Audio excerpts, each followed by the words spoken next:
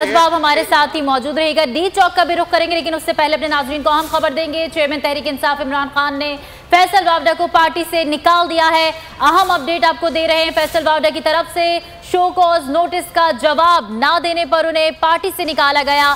तहरीक इंसाफ ने फैसल वावडा की बुनियादी रुकनियत खत्म करने का नोटिफिकेशन जारी है। अहम अपडेट आपसे शेयर कर रहे हैं। चेयरमैन तहरीक इंसाफ इमरान खान ने फैसल वावडा को पार्टी से निकाल दिया है। फैसल वावडा की तरफ से शो कॉज नोटिस का जवाब ना देने पर उन्हें पार्टी से निकाला गया है। तहरीक इंसाफ ने फैसल वावडा की बुनियादी रुकनियत खत्म करने का नोटिफिकेशन जारी कर दिया है। इस हवाले से मजीद तफसीलात बताएंगे। हमारे साथ मौजूद हैं अली शेर। जी अली शेर, बताइएगा इस खबर की तफसीलात।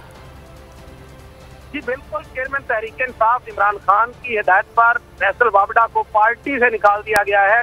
वजह उसकी ये बनी है कि जो उन्होंने एक इंतहाई मुतनाज़ा प्रेस कॉन्फ्रेंस की थी अरशद शरीफ के हवाले से, और उसमें इनडायरेक्टली जो इल्जाम थे वो अपनी ही पार्टी और अपने ही कायद पे लगाए थे, तो उससे उनको शोकाज नोटिस जारी किया गया था। 2 रोज में उससे जवाब तलब किया गया था, लेकिन फैसल वावडा ने पार्टी के नोटिफिकेशन का शोकाज नोटिस का जवाब नहीं दिया, जिसकी वजह से जो है वो उनको पार्टी से निकाल दिया गया है।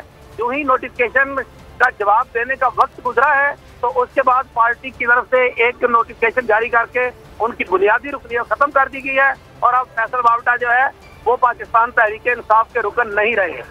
फैसल वावडा पाकिस्तान इंसाफ के रुकन नहीं रहे हैं। अहम अपडेट अपने नाजरीन से हमने शेयर करी। अब रुख करेंगे, हमारे नुमाइंदा नीलम अरशद डी चौक पर मौजूद है इस्लामाबाद में। बताएगा नीलम, सिक्योरिटी के क्या इंतजाम देख रहे हैं?